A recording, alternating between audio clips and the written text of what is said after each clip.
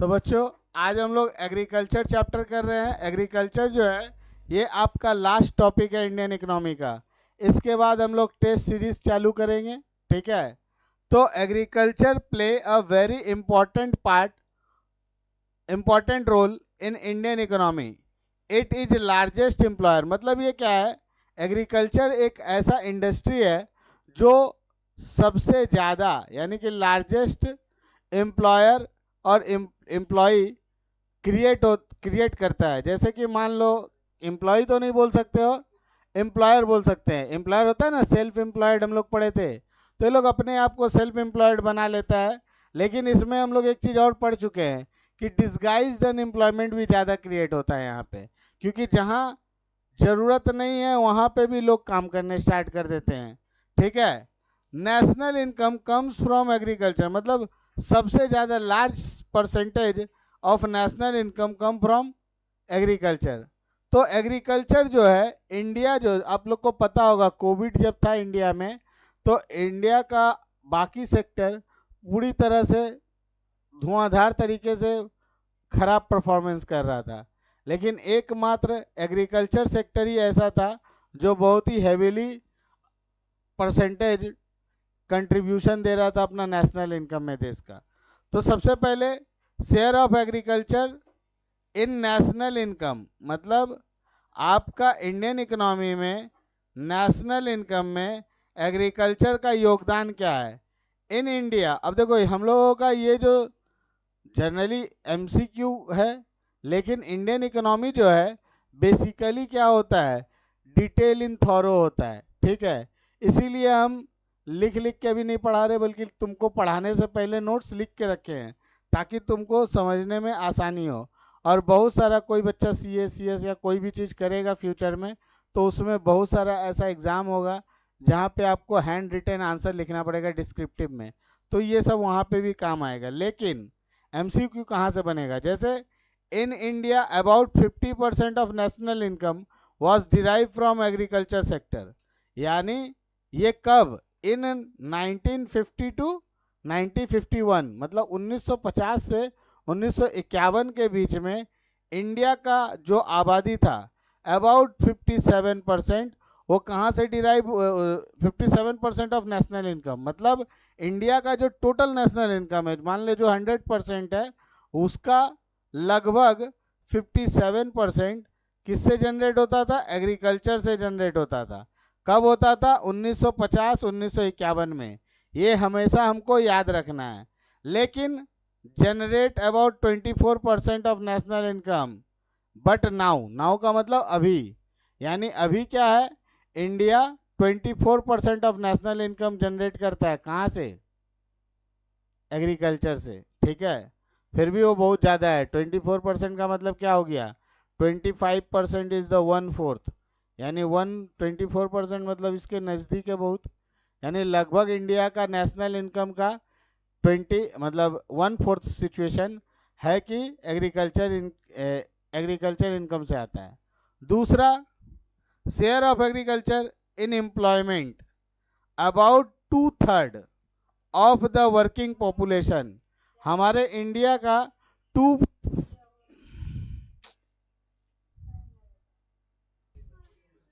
देखो, share of agriculture in employment about 2/3, 2/3 का मतलब क्या होता है, नियर अबाउट 66.67%, 2/3 होता है। 1/3 कितना होता है, 33 है ना, 33%, ओके। तो 66.67%, ऑलमोस्ट बोल सकते हो उसको 67%, यानी एग्जाम में 2/3 के जगह 66.67% भी दिया रह सकता है, या डायरेक्ट 67% भी दिया रह सकता है। यानी इंडिया का जो वर्किंग पॉपुलेशन है, यानी करंट पॉपुलेशन जो है, उसका 2/3 हिस्सा जो है वो किस में इंगेज है, एग्रीकल्चर सेक्टर में। Agriculture is the livelihood of the majority of the people of India, India का मेजोरिटी पीपल का आज भी जो देखा जाए यही है, ठीक है। लेकिन जो डेवलप्ड इकोनॉमी होता है, जैसे कि यूके, यूएसए, यूके मतलब यूनाइटेड किंगडम, यानी कि इंग्लैंड, ठीक है।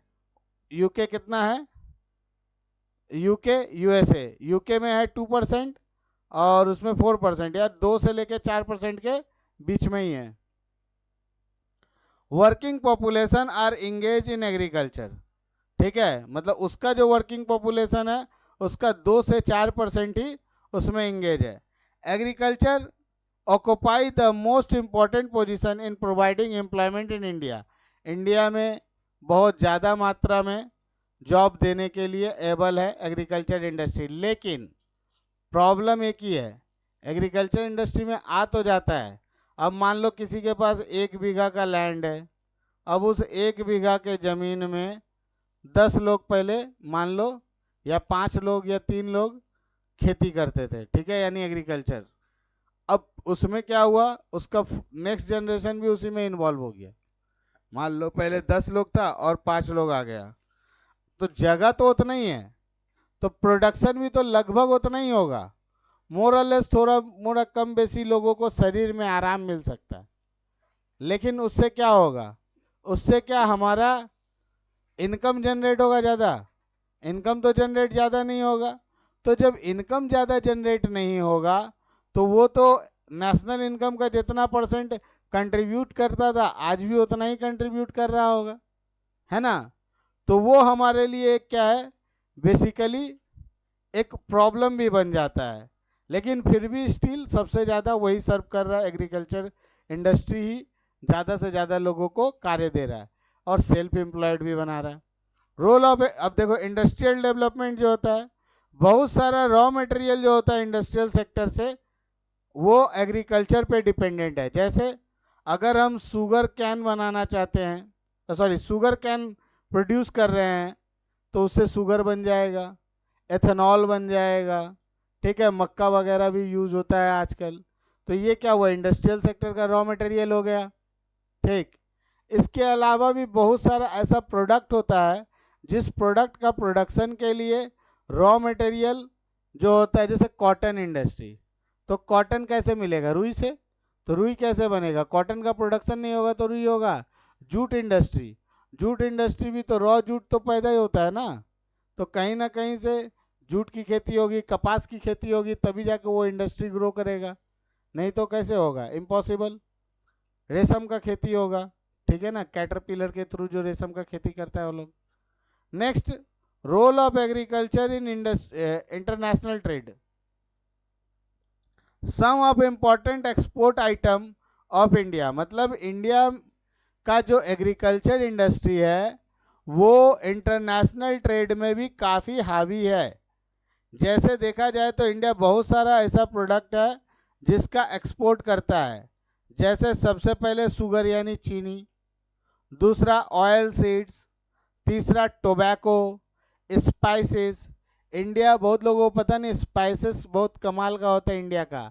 और Kerala is the big hub, Kerala जो होता है बहुत ही अच्छा स्पाइसेस का कल्टीवेशन करता है, और केरला से वो चीज़ हम लोगों के पास डिस्ट्रीब्यूटरशिप में सबसे ह्यूज मात्रा में, बनारस में मसाला मंडी बोल के जगह है वहाँ, जैसे यहाँ अपने कोलकाता में मसाला के लिए पोस्ता में लोग जाते हैं ना, उसी प्रकार से बनारस में मसाला मंडी बोल के एक जगह है, ठीक है, वहाँ पे पाया जाता है, ठीक। नेक्स्ट क्या है, वो पूरा एशिया, पूरा वर्ल्ड में सब जगह वहाँ से सप्लाई होता है, ठीक। About 50% export constitute agricultural product. क्या बोल रहा है, इंडिया अगर एग्रीकल्चरल प्रोडक्ट बनाता है जितना ना, अगर मान लो इंडिया 10 टन, एग्जाम्पल के तौर पे बोले, प्रोड्यूस तो बहुत करता है, अगर 10 टन इंडिया प्रोड्यूस करता है एग्रीकल्चरल प्रोडक्ट, तो उसमें 50% ही होम कंजम्पशन होता है, और 50% जो है वो क्या हो जाता है, एक्सपोर्ट हो जाता है। लेकिन वही एग्रीकल्चर का 50% जो एक्सपोर्ट होता है वो लगभग इंडिया का टोटल एक्सपोर्ट का 70% है। यानी अगर टोटल 100% एक्सपोर्ट होता है तो जितना एक्सपोर्ट हो रहा है उसका 70% वो 50% एग्रीकल्चर का है। समझ में आ रहा है, यानी एग्रीकल्चर जो प्रोड्यूस होता है उसका 50% हम लोग कंज्यूम करते होम, और 50% क्या होता है बच्चा, उसको हम लोग एक्सपोर्ट करते हैं, लेकिन वही 50% टोटल एक्सपोर्ट का 70% है। तो सोचो एग्रीकल्चर के ऊपर इंडिया का इकोनॉमी कितना हद तक डिपेंड करता है। फिर क्या आ रहा है, role of agriculture sector in economic planning. देखो कोई भी कंट्री में किसी भी प्रकार का गवर्नमेंट बनता है ना, तो गवर्नमेंट का जो डिसीजन होता है वो किसी भी प्रकार से हर क्षेत्र से देखा जाए तो उसका बहुत बड़ा रोल होता है। जैसे कि इंडिया में अभी कुछ दिनों पहले तक, यानी 2000, बहुत लोगों को पता नहीं होगा, 2003-2004 इज द फर्स्ट ईयर जब इंडिया में एथेनॉल ब्लेंडिंग स्टार्ट हुआ था, ठीक है। लेकिन आज 2026 में जाकर लोगों को पता चल रहा है एथेनॉल एथेनॉल एथेनॉल। ऐसा नहीं है कि पहली बार एथेनॉल ब्लेंडिंग हुआ, एथेनॉल की ब्लेंडिंग बहुत पहले से हो रहा है। और एथेनॉल की ब्लेंडिंग बढ़ने के वजह से किसान का भी बिजनेस बढ़ा है, क्योंकि वो शुगर कैन को प्रोडक्शन, जो पहले शुगर कैन होता था ना, वो बहुत बर्बाद हो जाता था। इंडिया अभी भी एक्सपोर्ट बहुत करता है शुगर कैन, मतलब शुगर यानी चीनी बना के, लेकिन अभी चीनी उसका एक्सपोर्ट कुछ कम हो गया है इथेनॉल के कारण। लेकिन हो सकता है, लग रहा है फ्यूचर में फिर मतलब शुगर का एक्सपोर्ट बढ़ जाएगा। तो जो गवर्नमेंट की नीति रहती है, समझो अच्छा, गवर्नमेंट की जिस प्रकार की नीति होगी उस नीति के अनुसार ही हम लोगों का बिजनेस या किसी भी सेक्टर में रोटेशन आता है डेवलपमेंट में। अगर कोई गवर्नमेंट होता है जो टेक्नोलॉजी पे ज़्यादा वर्क करता है, कोई गवर्नमेंट होता है जो मैन्युफैक्चरिंग पे ज़्यादा वर्क करता है, कोई गवर्नमेंट होता है जो किसी भी प्रकार से देखो तो खेती में, सर्विस सेक्टर में, एजुकेशन पे, हेल्थ केयर पे, तो हर लोग डिफरेंट डिफरेंट सेक्टर पे काम करता है। लेकिन एग्रीकल्चर दिखाया जाता है कि सबका प्रायोरिटी लिस्ट पे है। लेकिन अगर सबसे ज़्यादा एग्रीकल्चर अगर प्रायोरिटी लिस्ट पे रहेगा तो तुम देखोगे कि जो एनुअल बजट हम लोगों का पास होता है ना, उसमें एग्रीकल्चर के लिए कितना आवंटन करता है, यानी कंट्रीब्यूशन कितना रहता है। अगर हमारा जीडीपी का मोस्ट ऑफ द पार्ट जिस टॉपिक पे कंट्रीब्यूट किया जाता है, आवंटन किया जाता है, तो उसमें उतना ज़्यादा डेवलप होएगा। इंडिया में तो जितना बजट बनाया जाता है वो कंज्यूम ही नहीं होता है। जैसे लास्ट टाइम भी रेलवे सेक्टर और भी बहुत सारा ऐसा सेक्टर के लिए बजट बनाया था, जितना बजट बना था वो कंज्यूम ही नहीं हुआ, ठीक है। कंज्यूम नहीं हुआ मतलब एक्शन नहीं हो पाया, मतलब तुमको फंड दे दिया, तुम एक मिनिस्टर हो, लेकिन अब तुम उस फंड को ले लिए, लेने के बाद तुम्हारा जो एरिया में तुम काम नहीं किए, टाइम बीत गया, तो फंड तो पड़ा है, वो गवर्नमेंट के पास वापस रिटर्न चला जाएगा। तुमको तो हिसाब देना पड़ेगा ना भाई। अगर किसी भी प्रकार का प्रोजेक्ट पे काम हुआ है और इतना का बिल बना है, ये एस्टिमेटेड बिल था, ये एग्जीक्यूटेड बिल है, तो ये तो गवर्नमेंट को दिखाना पड़ेगा, हर मंत्री को, हर नेता को। बिना दिखाए थोड़ी बिल पास होगा, ठीक है। नेक्स्ट आता है importance of agricultural product in the consumption basket, यानी it is the estimated that India is about 85% of house hold consumption. India में अबाउट 85% ऑफ हाउस होल्ड, यार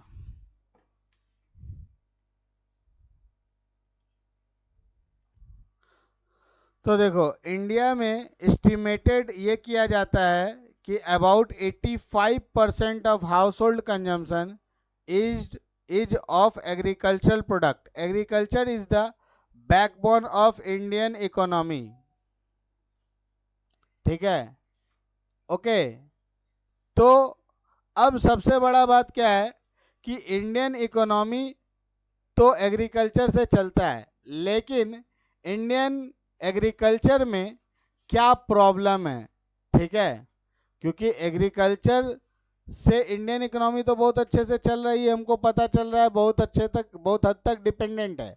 लेकिन हमको ये बात भी जानना पड़ेगा कि हमारा इंडियन एग्रीकल्चर में प्रॉब्लम कहाँ कहाँ है, ठीक है। तो सबसे पहला problem low productivity of Indian agriculture. India का जो एग्रीकल्चर है वो बहुत लो प्रोडक्टिविटी है। ठीक है, लो प्रोडक्टिविटी होने का रीजन क्या है हमारा इंडिया में, ये भी रीजन भी हम लोग अभी पढ़ेंगे कि लो प्रोडक्टिविटी क्यों है, वो इसके बाद वाला टॉपिक है। ठीक है, लो प्रोडक्टिविटी मतलब फर्टाइल कम होना, कम पैदावार होना। ठीक है, दूसरा पॉइंट क्या है, unequal distribution of different region, मतलब जो रीजन है वो डिफरेंट डिफरेंट रीजन में डेवलपमेंट डिफरेंट डिफरेंट हुआ है।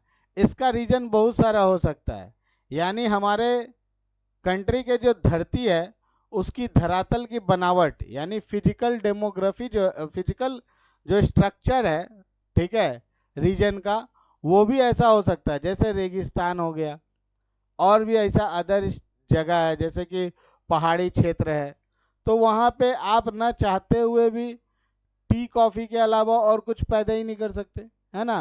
तो ये डिपेंड करता है अकॉर्डिंग टू रीजन और आपका जो भौगोलिक परिस्थिति कैसा है। ठीक है, इसीलिए अनइक्वल डेवलपमेंट होता है इंडिया के कुछ रीजनों में। उसके अलावा very little amount of fix capital is used in agricultural sector, agricultural sector में जो बजट है इंडियन गवर्नमेंट का वो भी कम है थोड़ा सा। उसके बाद है lack of use of modern technology, modern technology का इंडिया में बहुत कमी है। Cropping pattern in India is quite unbalanced, मतलब जब कोई भी किसान जो है वो क्रॉपिंग करता है तो क्रॉपिंग करने का उसका सीधा सा कॉन्सेप्ट है, कोई गन्ना पैदा करता है तो कंटिन्यू गन्ना ही पैदा कर रहा है, कोई आदमी वीट पैदा करता है तो वीट ही पैदा कर रहा है, कोई पैडी कर रहा है तो पैडी कर रहा है ना, कोई ज्वार बाजरा कर रहा है तो वही कर रहा है। यानी सबका जो पैटर्न है, जैसे मान लो एक सीजन खत्म होता है तो दूसरा सीजन आता है, तो वो चाह के तो दूसरा टॉपिक भी, उसमें दूसरा तरह का फसल भी खेती कर सकता है, लेकिन वो लोग उतना ज़्यादा दिमाग नहीं लगाता है। ठीक है, क्योंकि क्यों नहीं लगाता, क्योंकि फार्मर्स आर इलिटरेट, 90% फार्मर्स जो अभी भी है, और बहुत सारा फार्मर का बेटा लोग अधिकतर कहाँ पे है, देश की सरहद पे है, यानी जवान लोग, है ना। और कुछ लोग साइंटिस्ट इंजीनियर भी बनने के बाद वो लोग कृषि के लिए काम करना नहीं चाहता। यानी आप लोगों को पता होगा अभी कुछ दिनों में बायोटेक्नोलॉजी में बहुत सारा चेंजेस आया है, और इंजीनियर्स बहुत तरह के होते हैं, उसमें से कुछ इंजीनियर्स होते हैं जो किसान वाला इंजीनियर भी होता है, तो ये भी एक पढ़ाई है, उसको तो हम लोग अनपढ़ नहीं बोलेंगे। लेकिन प्रॉब्लम इंडिया का क्या है, हम लोगों को बुक में हर जगह यही पढ़ाया जाता है, फार्मर आर इलिटरेट, लेकिन फार्मर एक इंजीनियर भी हो सकता है, साइंटिस्ट भी हो सकता है।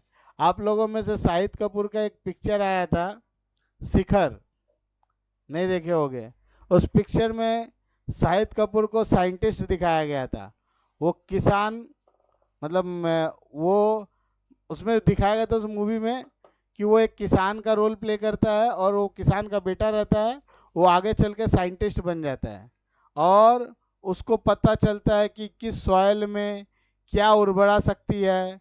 कभी कभी क्या होता है, लोग ज़रूरत से ज़्यादा सोचते हैं कि हम ज़्यादा फर्टिलाइजर दे देंगे, ज़्यादा कीटनाशक ये मारेंगे तो हमारा जो प्रोडक्ट है वो बहुत अच्छे से प्रोड्यूस होगा, लेकिन ऐसा नहीं है। कभी कभी ऐसा भी होता है, ज़रूरत से ज़्यादा कोई चीज़ डाल देने से वो क्या हो जाता है, खराब हो जाता है ना। तो हम लोगों को अकॉर्डिंग टू नीड, यानी जितना चीज़ जिसमें ज़रूरत है उतना ही चाहिए। तो इंडिया का जो फार्मर है वो लोग ज़्यादा लिटरेट होगा तो भी इस चीज़ को कंट्रोल किया जा सकता है। आगे बढ़ते हैं। अभी हम थोड़ा देर पहले बात कर रहे थे, डिस्कस कर रहे थे हम लोग क्या, कि प्रॉब्लम मतलब प्रोडक्टिविटी ऑफ, सॉरी एक सेकेंड, हाँ, प्रोडक्टिविटी इन इंडियन एग्रीकल्चर, मतलब इंडियन एग्रीकल्चर का जो प्रोडक्टिविटी है वो क्या है, लो है। तो लो प्रोडक्टिविटी क्यों है, प्रॉब्लम कहाँ पे है, ठीक है ना। तो इंडियन एग्रीकल्चर लो प्रोडक्टिविटी का शिकार है। इट इज एवरेज यील्ड पर एकड़ इन वेरी लो, मतलब पर एकड़ के हिसाब से जितना प्रोडक्शन होना चाहिए उतना प्रोडक्शन इंडिया में नहीं हो पा रहा है एज कंपेयर। तो देखो कॉजेज ऑफ लो प्रोडक्टिविटी क्या है, 3 तरह का कारण है। पहला कारण जनरल कारण है, जनरल रीजन। दूसरा इंस्टीट्यूशनल कॉजेज और तीसरा टेक्नोलॉजिकल कॉजेज। तो सबसे पहले पहला कारण इंडिया का लो प्रोडक्टिविटी का क्या है? Pressure of population land is very high, यानी इंडिया में पॉपुलेशन दनादन बढ़ते जा रहा है, दिन दुगनी चार गुनी तरक्की हो जा रहा है पॉपुलेशन में।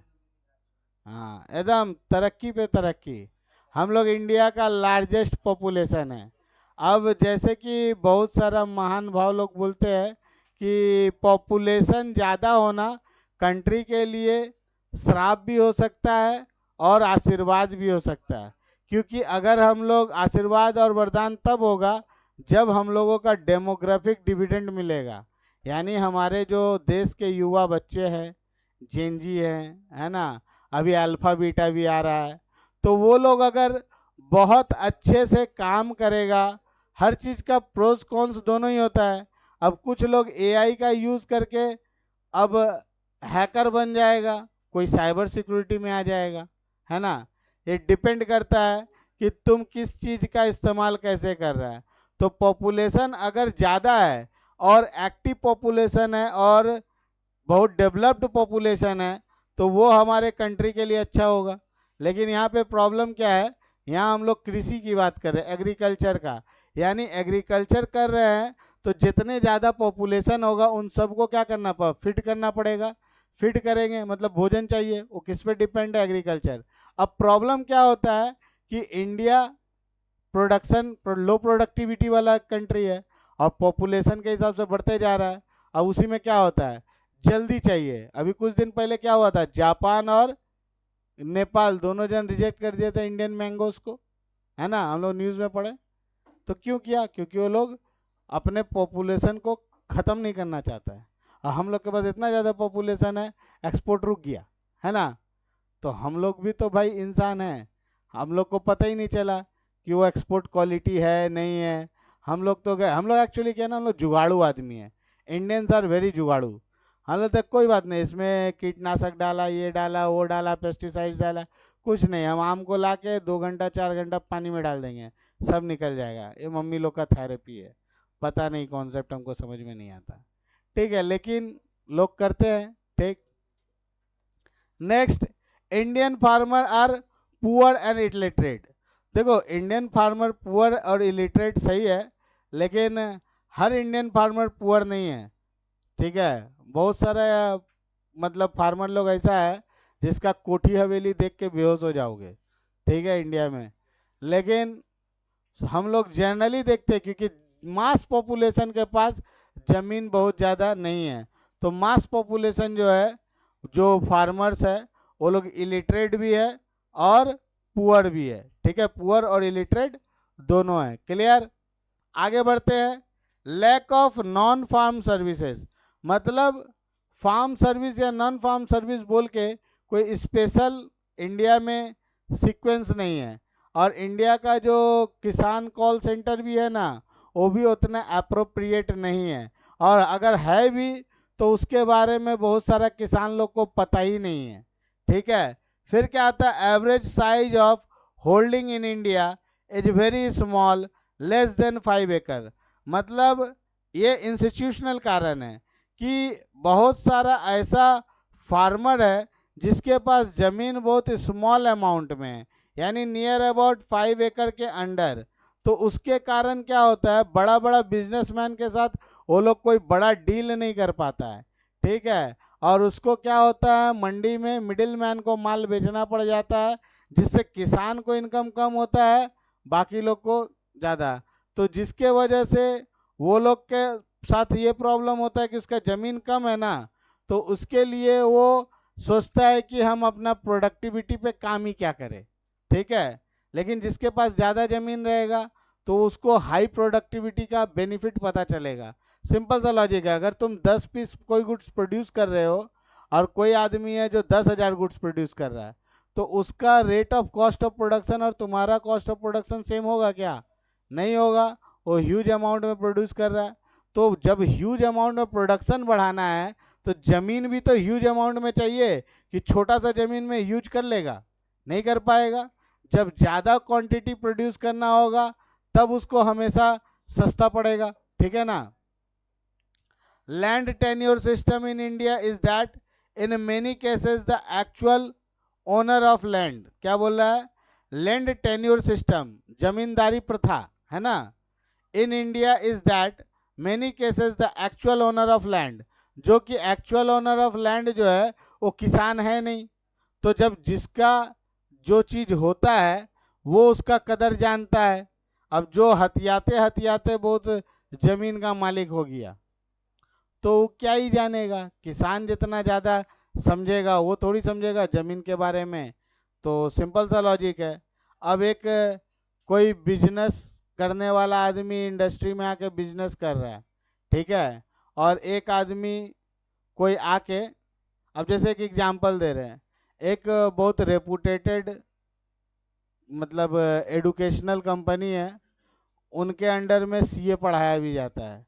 अब उसमें कोई सीए टीचर था, नाम हम नहीं बोलेंगे, अब वो टीचर रेक्टिफिकेशन ऑफ एंट्री गलत पढ़ाया था, ठीक है, मेरा स्टूडेंट सीए फाउंडेशन का कोर्स उसमें करता था।